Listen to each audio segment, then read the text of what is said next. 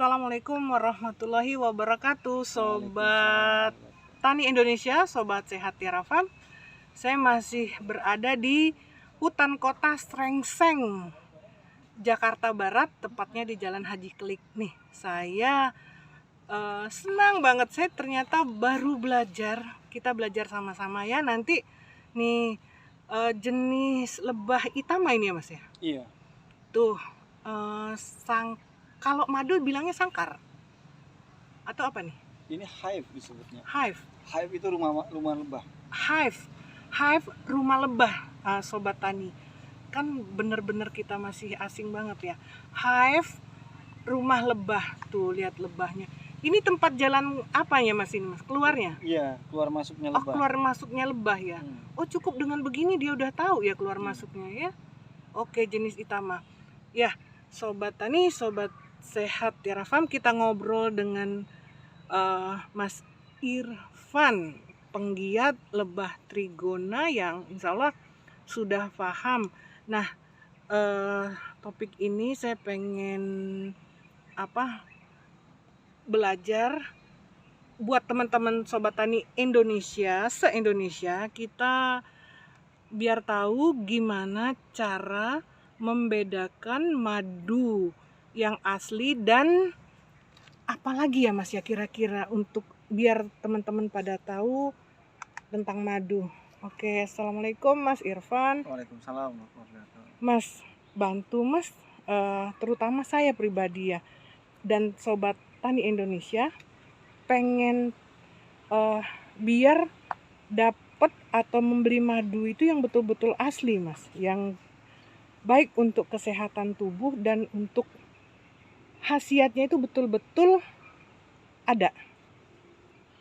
Silakan Mas. Kalau madu itu sebenarnya ada pengelompokannya ya. Contohnya madu terbaik kalau versi kami ini penggiat itu yang murni dan alami. Murni dan alami, itu yang terbaik kalau menurut kami. Tapi ada juga kelompok lagi, kelompok madu yang berikutnya ada madu murni tapi tidak alami. Madu murni tapi tidak alami. Nanti saya kasih tahu definisinya. Ada lagi madu oplosan. Wah, Masya Allah. Itu madu yang dioplos dengan gula atau yang lainnya. Berikutnya lagi ada madu sintetis. Wah, ada lagi. Itu madu yang tidak ada unsur madunya sama sekali, tapi dibuat menyerupai madu. Astagfirullahaladzim. Itu beredar?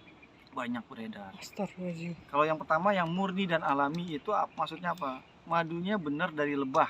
Diproduksi oleh lebah dengan bahan pakan lebahnya alami dari bunga-bunga, pohon-pohon yang ada di sekitarnya. Masya Allah. Jadi murni dari lebah, murni dan alami dari alam sekitarnya. Yang berikutnya madu yang murni tapi tidak alami. Murni dari lebah, benar madunya lebah. Tapi pakannya tidak alami. Itu pakannya dikasih gula oleh orang-orang. Kualitasnya tentu jauh berbeda antara madu murni alami dengan murni tidak alami. Dalam arti madu sirupan. Madu sirupan ya? Para penggiat bilangnya itu madu sirupan. Dan ini fatalnya para masyarakat yang beli nggak bisa bedain. Iya betul, saya pun nggak paham tuh Mas. Yang ketiga madu oplosan. Itu madu di mana 10 kilo madu bisa dioplos dengan misalnya 60 kilo gula lalu tambah esen madu. Astagfirullahaladzim. Oh, esen madu ada? Ada esen madu. Astagfirullahaladzim. Itu. Dan berikutnya ada lagi madu sintetis. Itu madu yang tidak ada kandungan madunya sama sekali. Itu dibuat antara gula dan esen aja. Astagfirullahaladzim.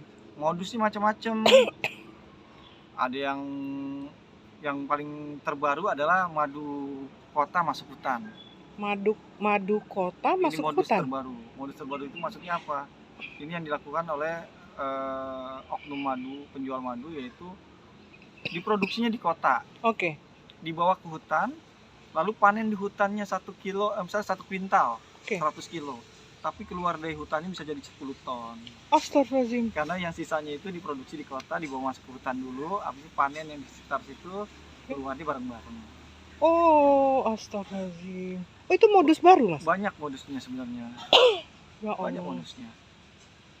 Nah kalau ditanya pemahaman masyarakat gimana, banyak pemahaman masyarakat yang keliru. Contohnya banyak sekali masyarakat mengetes madu itu dengan cara dikasih air lalu digoyang-goyang akan berbentuk heksagonal. Itu disebut asli, murni, dan alami. Nah, kalau parameternya seperti itu bisa dites juga pada oli, kecap maupun sunlight. Ditaruh sunlight, dikasih air dikit, digoyang-goyang, dia akan heksagonal juga.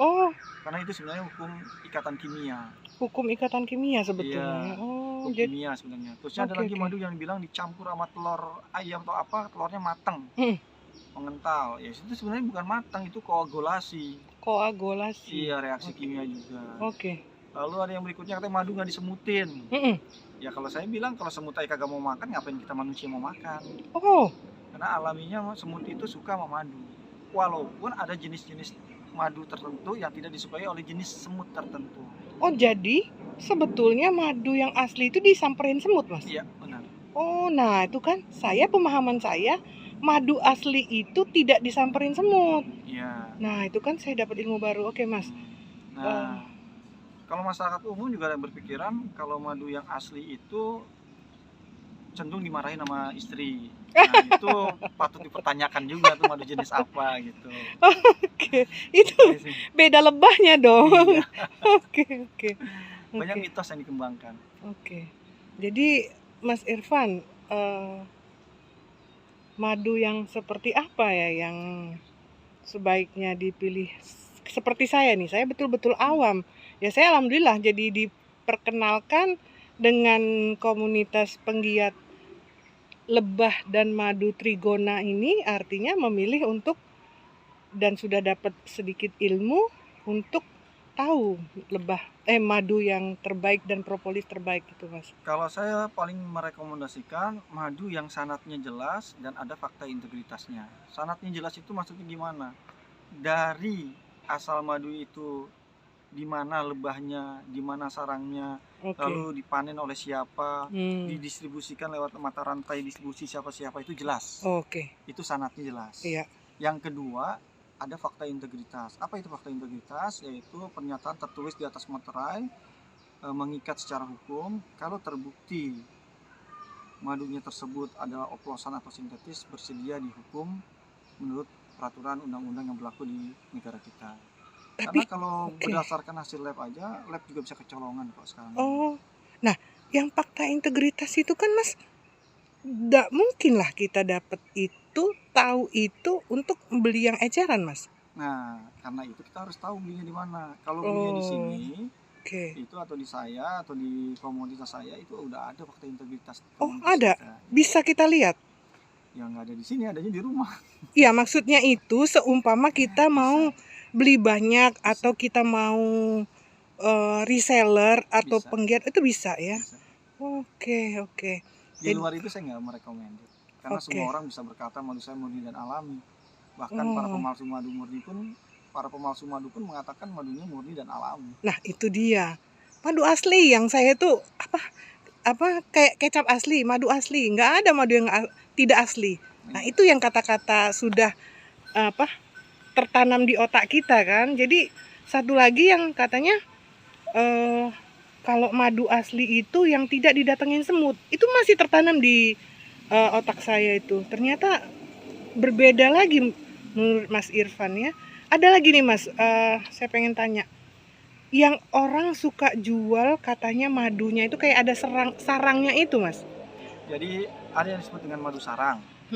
Madu sarang itu secara logika harusnya harganya 3-4 kali lipat dari madunya saja. Betul. Karena kenapa? Lebah pada saat untuk menghasilkan madu itu harus bikin sarang, itu butuh waktu dan energi yang besar. Artinya kalau dipanen dengan sarangnya, maka untuk mengisi kembali itu waktunya 2-3 kali lipat dari yang diambil madunya saja. Dengan kata lain, kalau dijual sarang dengan harga yang murah atau harga standar, itu nggak masuk akal karena lebahnya itu butuh waktu yang sangat besar dan waktu yang sangat lama untuk merecovery kembali sarangnya. Nah itu dia itu makanya. Yang pertama. Yang kedua, sekarang pun sarang itu udah ada pabrik untuk mencetaknya. Ketiga, bisa diisi pula dengan madu sirupa. Yang keempat, apakah saya berbicara tanpa bukti? silakan dicek di fanpage ISPI Farm. Itu cara mereka melakukannya, ada videonya sendiri. Oh, gitu. ada ya Mas ya? Ada videonya. Oh, alhamdulillah. Jualnya seperti apa? Oke. Rata-rata madu sarang yang dijual itu cenderung putih bersih, itu jangan dibeli, saran saya.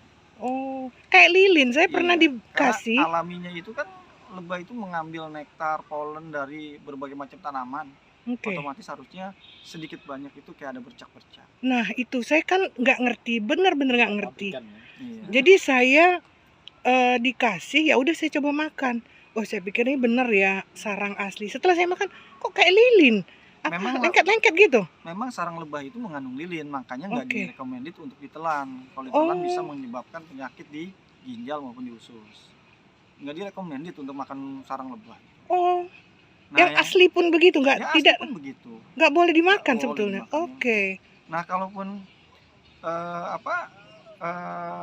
ada yang bercaknya itu ya hati-hati juga karena bisa jadi orang yang pelakunya itu menonton channel YouTube-nya lalu ngasih bercak-bercak seperti kotor juga. Oke. Intinya yang bersanad dan punya fakta integritas itu aja yang saya recommended. Itu yang bersanad ya dan fakta integritas. Oke, sobat Tani Indonesia, kita belajar pun ya harus bersanad, yang ada ilmunya. Jadi untuk ke depan menjadi benar, belajar di tempat yang benar. Ya, Mas Irfan ya, terima kasih banyak. Video ini nanti kita belajar di video-video selanjutnya. Terima kasih atas ilmunya. Sehat dan sukses terus ya Mas Irfan dan teman-teman di komunitas penggiat madu Trigona ini. Assalamualaikum warahmatullahi wabarakatuh.